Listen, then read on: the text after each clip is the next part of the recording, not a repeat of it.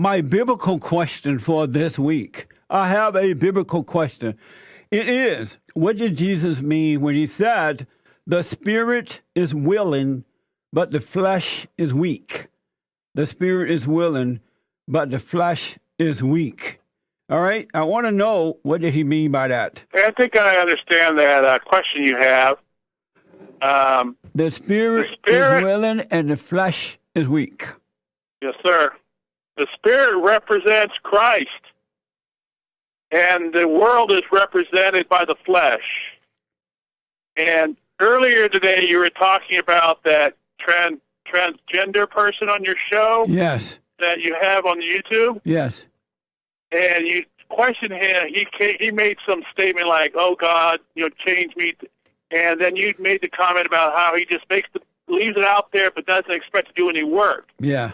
Which is kind of me an example of what the flesh is that we don't want to, the world keeps him pulled in. Well, the spirit is willing if he would listen to the guidance. Amazing. And have you thought of this before I asked the question this week? Oh yeah, I think about it a lot. It also goes back to your when you get a lot of callers who call in like, well, you're not a black man, blah blah blah. It's because you've transcended in your mind the difference between a person of the flesh and a person of the spirit. Yeah. You have to remove yourself from that to say you identify with people who are like-minded, that understand where the road goes. When you know what I mean? I do. One thing I've noticed, and I think that's where people are getting hung up. But they don't understand the detail of the wording of many of the Bible words. They take them literally, intellectually. Yes. But they don't understand them spiritually. And that the flesh represents all that tempts us in the world to stick with what the world tries to throw at us. That's amazing. I really, really appreciate the feedback on this, Jack. And I ask these questions because I want people to know for themselves, not because I said it, some other preacher said it, not because the teacher said it, not because your daddy or your mother said it, but because you can see it for yourself. And if you don't really see it for yourself, you don't have it. You don't know if it's true or not. And it gives me confidence too when I'm dealing with people different than myself, and I know I know where I'm coming from. And it's if you think you can throw it back at me, oh that's racist or blah blah blah, but I have to know that I'm speaking truth from the heart. Yes. That I'm looking at you as somebody I'm trying to help, not somebody I'm trying to put down or criticize. That's right. That's important. That's an important aspect when you're giving help or advice. You're not looking at it to try to demean the person. You're putting out there non-judgmentally. Yeah. But yeah. Thank you so much for the feedback, buddy. I appreciate it. And my final question is my biblical question. I was thinking I gotta ask Bill this. What did Jesus mean when he said the spirit is willing, but the flesh is weak?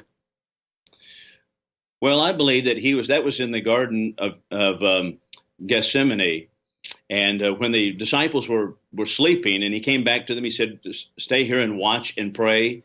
And Peter, James, and John, he came back and he found them sleeping. Earlier that evening, Peter had declared his allegiance to the Lord and said, though all will forsake you, I will never forsake you. And Jesus told him, "Get behind me, Satan. You don't mind the things of men, but you mind not the things of God, rather, but the things of men." Well, but that was the idea. Peter had this idea that he was going to be with the Lord and he was going to defend him even to the point of a sword, and he drew the sword in the garden. So there's the spirit. But, when it came down to it, he was just sleeping while these things were occurring, while the transaction was actually occurring. And so his spirit was weak, but his flesh was willing. He must have been on welfare. Well, maybe so. That's right. Must have been. He was just sleeping away, wasn't he? Yeah. Oh, God. What did Jesus mean when he said, the spirit is willing, the flesh is weak? That's from Matthew 26:41. And this is for your getting to know yourself. Know thyself. I was going to take a shot at your question about John, where it says the flesh is willing, but the spirit is willing, but the flesh is weak. It could mean, I don't know. There's some arguments, from what I understand, that it could be where it says the spirit could be the Holy Spirit, or it could be the man's spirit. So I don't know. I mean, I agree with what the other guy. I'll just piggyback on what the other guy said. What Bill Lockwood said. But if you don't know, especially with spirit, well, all things really, if you don't know, it's best to, especially with things of the spirit, if you don't know, it's best to say, I don't know. Because the mind, which is of your father, the devil, would try to get you to make up something, and it won't be true, and you'll find yourself believing in a lie.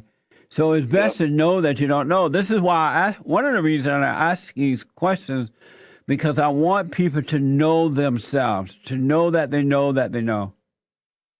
Yeah, and also my dad watches your show, and he thinks you're a genius. Oh, man. What's your dad's first name? Ted.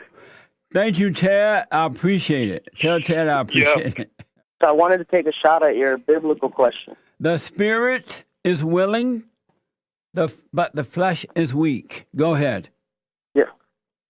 So spiritually, or what I believe it means, spiritually, your soul knows where it wants to be, but the temporary pleasures of the flesh blind us to our spiritual needs. And why do you believe that's what it is? Because it's just going through life, temptation and desire sometimes blind you from doing the right thing. The temptations in life blind you from doing the right thing. Interesting. Very, very interesting. Yeah, I wanted to take a shot at your biblical question, too. The spirit is willing, but the flesh is weak. Yes, I believe that means that the spirit of Christ is willing if you submit to it, but the flesh is weak, and your spirit and your flesh is constantly at war with the Spirit of God. But it's whatever one that you feed the most, which will win the war. So, I believe that people feed their flesh a lot by listening to certain rap music, listening to bad things on TV, listening to drugs, doing drugs. This is feeding your flesh. So it ultimately ends up winning over your spirit. When you feed your spirit, it's feeding the Spirit of God, which is reading your Bible, hanging around good people that's in your community that is on the same track and on the same Christ life that you're trying to get to. So when you do those things, I believe it feeds your spirit. And I believe that those two are at war with each other, because the Bible says that the flesh and the spirit the flesh is at enmity with God. So it's at war with God. And why do you believe that's what that particular verse means? The spirit is willing, but the flesh is weak. Why do you say that's what it is? Because the Bible tells us that the flesh is at war with God. It says it's at enmity with God. Oh, I see. And do you believe that the flesh has a life of its own? Yes, I believe that it's like yes, I believe in some sense it does, that God's not going to make you do what he wants you to do, but God will also ultimately help you, but you have to do some work too. It's like, it's not you doing the work, like you have to be willing to submit. It's like a person who says that, they have free will, or they say that they do their own work, but it's like the shovel taking credit for digging the hole. You're just the shovel, but God. Do you believe that human beings have a free will? I believe that human beings, I don't believe you're free to anything. I believe either you're a slave to God, which is the fruitful way to live, or you're a slave to the devil. You're a slave to one thing. So if you're not, but God is a free type of slave. But the Bible will tell you that if you're not if you're not, you don't have a free will because you're either controlled by Christ or Satan, so you're not free at all. And so you can see that, Corey, that you do not have a free will? Yes. That's nice. Amazing. That biblical question that you asked The spirit is willing, but the flesh is weak? Yes. Yes. That's Matthew 26:41. Yes. And it said, watch and pray that you enter not into temptation. The spirit is indeed willing, but the flesh is weak. Now, what Jesus was talking about when he made that statement was how his disciples had went to sleep. You know, when he went up to pray, to ask God if it be his will to take this cup from him. You know, he was sweating blood and all of that. He didn't really want to die. But he said, nevertheless, not my will, but thy will be done. So since he was talking about sleeping, I was going to give you an illustration. Like, for instance, just take yourself. We out here in the East Coast. I'm in Cleveland. So we 3 hours ahead of you.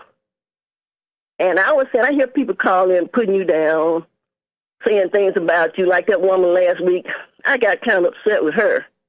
When she said, you're stupid and you're ignorant, you can't talk and all that stuff. She was wrong. And I said, just to have a good heart. And what you know, you share with people the best way you can. See, so she was wrong to do that. And another thing that I was going to bring up about you was, out there in California, y'all 3 hours ahead of us. That means you have to get up early every morning. Well, we're 3 hours behind you. Well, that's what I meant to say. Right. Yeah. I meant to say that. Right. You know, like I was talking to my husband. I was saying, like, he have to get up really early because I work the polls also out here, and we have to be there at 5:30. Yeah. And I know we have to make an extra effort to get up, do our hygiene, and you be clean, looking good. I know you went through all that to prepare, make your preparation. That takes time and effort. I get up between 3:30 and 4 every morning. Well, I know that's right, you know, because in order to get there, to get to that job, you have to get up while everybody else is sleeping. That's right. So what Jesus was saying to his disciples, their heart was in the right place. See, your heart is in the right place when it comes to helping blacks and anybody. And you're trying to educate people the best that you can, and you're doing your part. Matter of fact, you're doing more than your share. You know, everybody sit around running their mouth. Talk is cheap. But to actually get up and get on that job, I salute you and I praise you for that. And your heart is in the right place. So what Jesus meant, those disciples, they may have had their heart in the right place, but they was too weak to get their butt up and pray with Jesus. They went to sleep. You see what I'm saying? That's right. When I have to work those polls, I have to get up. And we have to be hygiene. That's just normal. Some people, you know, you got to get yourself clean and get there, and you got to dress while everybody else is there asleep. See? And you got to get there. So I'm looking at you doing that part. That gives you the right to have the mic. You see? Because you're practicing. You're not just talking the talk, you're walking the walk.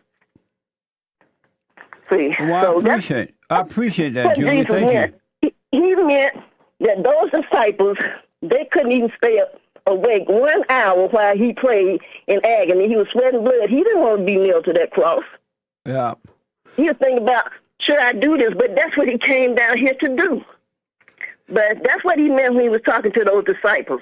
Well, I have, in listening to you, I have for the last 28 years tried to get men and women to get up every morning and pray before they start their day.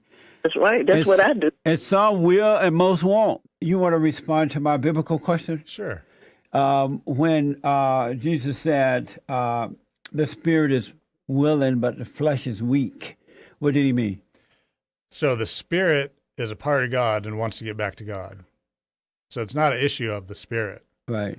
The spirit is enclosed in a container. That container is ruled by biology to a certain extent. Yes. And so there's chemicals that want to reproduce. So that's the animal nature. So the battle is between the animal nature and the divine nature, but the animal nature is really just the container that holds the spirit. Amazing. It's the animal nature, the ego? Yeah, it can be. What did Jesus mean when he said, Well, when he said the spirit is willing, the flesh is weak. You're supposed to be a little lightweight Christian, right? I only know A little homeschool Christian. I only know when he said it. I don't know exactly why he said it. Really? Yeah. Do your parents know you don't know that? Don't talk like that. What? I said, don't talk like that. I know that he's said it. He said, watch and pray so that you don't fall into temptation. The spirit is willing, but the flesh is weak. So maybe he meant that you better be praying. Oh, you're guessing. No, I didn't say maybe he meant that you better be praying. Amazing. Oh, great. You need to cut your mustache. It's growing all in your mouth. Don't point it out on TV. My biblical question, this is the last day for it. What did Jesus mean when he said the spirit is willing, but the flesh is weak? What did he mean by that? I'd like to try and answer your biblical question. All right, the spirit is willing, but the flesh is weak. Flesh is weak. What does that mean? I think it means that your conscience and your soul knows what's right and what's wrong, and you know what you should do that's good and wants you to do that, but your flesh gives in to your earthly desires, lust and greed and things like that, so it causes you to sin. What causes the flesh to do what it does? I think you give in to your desires and the things the devil tempts you to do. Right. And so that's just my opinion. Once you are born again of God, once you return to the Father, do you still give in to the flesh? Well, you shouldn't, but I think sometimes it'd be pretty hard not to, since we're still flesh. But once you return to the Father, are you of the flesh or are you of the Father? Well, I would say you're of the Father. And if you're of the Father, how is it possible to give into the flesh? You're sinning, which you shouldn't. Right. So I'm kind of, I see what you mean. Isn't that a very good question? Yes, it is. And you know, Rick, so many Christians say that they're of the Father, and yet they give into the flesh, they sin, and they don't question, well, if I'm of the Father, how is it that I'm still sinning? They won't question that so they can see what's going on and overcome it. And they allow their father, the devil, to make up excuses. Well, I'm only human. Everybody sinned, and blah, blah, blah. They won't question it so God can reveal and set them free. Yes, I agree. And we need. I also think that until we all overcome hate, that nothing's going to change. That's right. Have you overcome your anger? I'm really trying, and I think I have on a lot of things. Sometimes I'll still get mad, if you're doing something and your wrench slips and you peel all the hide off one of your fingers, and then it's really hard not to get mad. But made you want to cuss. I get away from that. But yeah, it doesn't do any good to. Like Martin Luther King, if you think about the way he did things, is totally right, because you're never going to change nothing with hate. It just multiplies and just keeps on going and never seems to end. So, Rick, you want to overcome your anger right now? Sure. You have to forgive.